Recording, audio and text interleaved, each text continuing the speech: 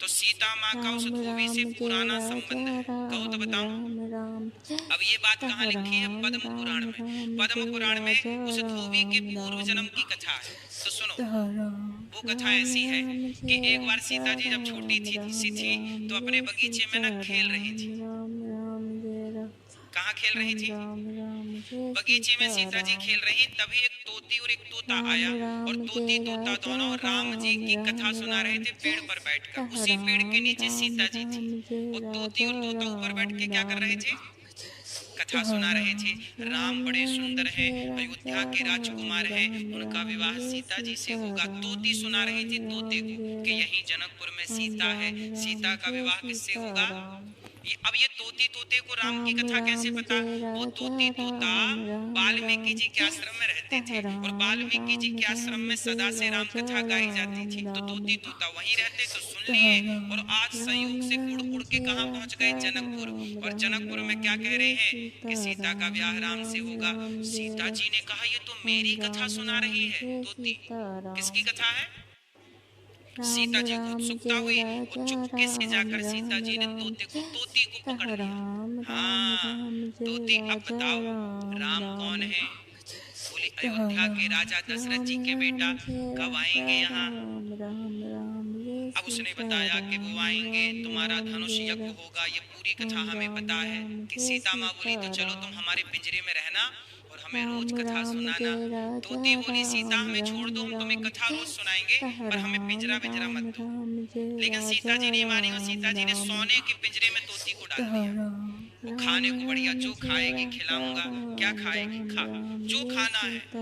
सीता जी मुझे जाने दो, उड़ने दो, मुझे उड़ना अच्छा लगता है, कैद होना अच्छा। सीता जी ने कहा, नहीं, तुम खुर्र से उड़ जाओगी, फिर आओगी नहीं। नहीं नहीं, मैं आऊंगी। नहीं छोड़ा सीता जी ने। और बेचारी वो तोती अपने तोते के लिए, उसका तोता भी साथ में था, अब वो भी अगल बगल घूम रहा है। बेचारी तोती 2-4 दिन तक उसने कुछ खाया ही नहीं, और 5-6वें दिन तो बेचारी मर गई। और जब तोती मरी, तो तोती के तोते ने शाप दे दिया सीता जी को। शाप मीन्स बद्दुआएं। क्या निकल गई? सीता जी को शाप दिया तोते ने। ये पूरी कथा पद्म पुराण में लिखी है, वही आपको सुना रहे हैं। सीता जी को पद्म पुराण क्या दे दिया तोते ने? शाप। सीता मेरी पत्नी तोती क्या थी? गर्भवती थी। अब तोती जब गर्भवती थी, तो तोते ने शाप दे दिया, सीता तुमने मेरी पत्नी को बिना अपराध के, बिना बिना अपराध के मेरी पत्नी को तुमने मेरे से दूर कर दिया। जाओ, तुम भी बिना अपराध के जब तुम गर्भवती होगी, तो जैसे तुमने मेरी पत्नी को मेरे से दूर किया, आपके पति भी आपको आपसे दूर कर देंगे अपने आप। जैसे आपने मुझे दूर किया, जैसे आपने मेरी पत्नी को गर्भावस्था में मुझसे दूर किया, जब आप गर्भवती होंगी तो आपके पति भी आपसे अपने से दूर कर देंगे, और कारण मैं बनूंगा। जैसे मेरी पत्नी को दूर करने में कारण कौन बना?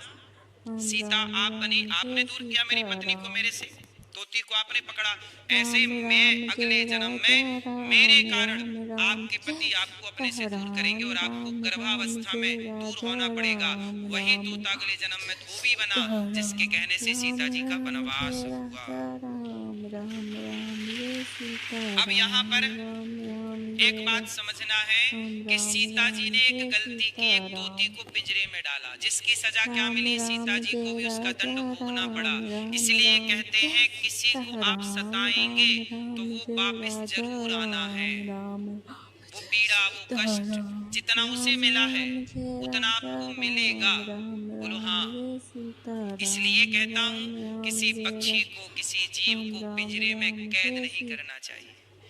पक्षियों से प्यार है तो पेड़ लगा दो, अपने आप सैकड़ों पक्षी आना स्टार्ट हो जाएंगे। किसी को कैद नहीं करना चाहिए। बोलो हाँ कि ना।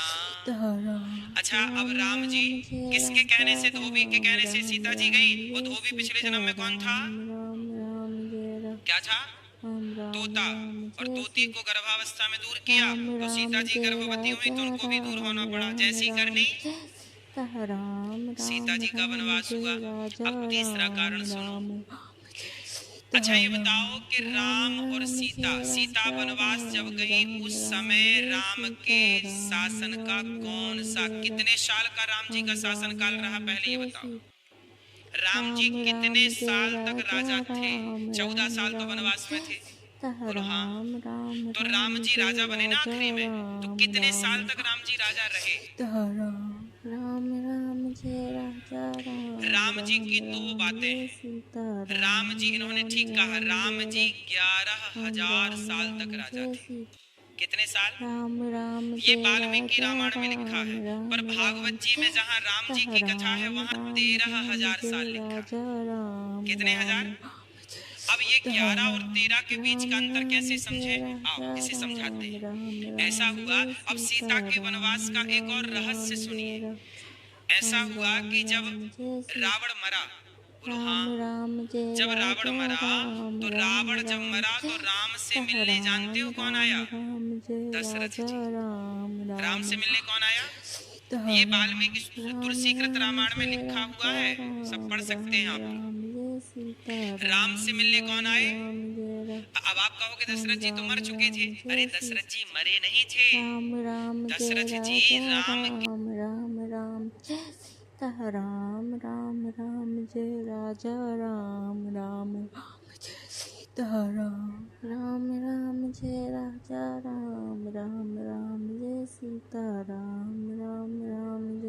वियोग में अपना शरीर छोड़ करके स्वर्ग गए थे। अब आप कहोगे मर ही तो गए, नहीं। आज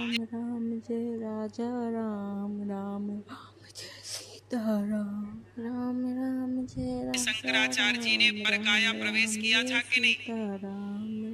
पता है ये कथा आपको? नहीं पता होगी।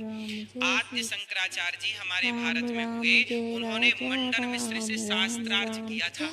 क्या किया था? पर मंडन मिश्र को तो हरा दिया, पर मंडन मिश्र की पत्नी का नाम था भारती। उनसे मंडन मिश्र की पत्नी से जब आद्य शंकराचार्य जी का शास्त्रार्थ हुआ तो वो पत्नी ने, मंडन मिश्र की पत्नी ने आद्य शंकराचार्य जी से पति पत्नी के पर्सनल संबंधों के बारे में कुछ प्रश्न कर लिए, गुप्त प्रश्न, जहाँ गृहस्थों को ही पता होता है। अब शंकराचार्य जी तो सन्यासी थे, वो सन्यासी थे मतलब उनका विवाह, तो उनकी पत्नी का उत्तर वो नहीं दे पाए। अब जब नहीं दे पाए मतलब आप हार गए। तब आद्य शंकराचार्य जी ने कहा नहीं नहीं, मुझे 6 महीने का टाइम दो, मैं 6 महीने बाद आपके प्रश्नों का उत्तर दूंगा। ठीक है, शास्त्रार्थ में शर्त क्या रखी? 6 महीने बाद हम वापस। अच्छा, आद्य शंकराचार्य जी ने क्या किया? उस क्षेत्र के एक राजा थे, उनकी मृत्यु हो चुकी थी, मतलब अभी अभी मरे थे, ताजी घटना, मर गए।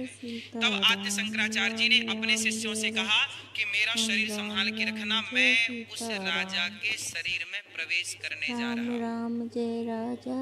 इसे कहते हैं परकाया प्रवेश। ये विद्या सनातन में ये घटना लगभग 1500 या 2000 साल के लगभग पुरानी घटना है, लगभग आद्य शंकराचार्य जी के टाइम की। अब आप ये समझिए कि हमारे यहाँ ये विद्याएं थी, इसलिए तो सबसे पहले आक्रांताओं ने हमारे देश के नालंदा को, मतलब पुस्तकालय को जलाया, ताकि इनका ज्ञान पहले नष्ट हो। किसी को नष्ट करना है पहले उसका ज्ञान नष्ट कर दीजिए। तो आद्य शंकराचार्य जी ने अपने शिष्यों से कहा कि मेरा शरीर संभालना, मैं परकाया राजा के शरीर में प्रवेश कर गई और राजा जिंदा हो गया, नहीं जा पाएंगे। लेकिन वो शिष्यों ने ऐसी सिक्योरिटी रखी, ऐसे गुप्त रखा, पता ही नहीं चला। 6 महीने बाद उन्होंने छोड़ा और अपने योग बल कहते हैं इसे, किस बल से? योग बल से अपनी आत्मा को प्रवेश। जैसे आद्य शंकराचार्य जी ने परकाया प्रवेश किया, ऐसे दशरथ जी मरे नहीं थे। दशरथ जी राम के वियोग में शरीर छोड़कर स्वर्ग गए थे। राव गयं सुरधाम।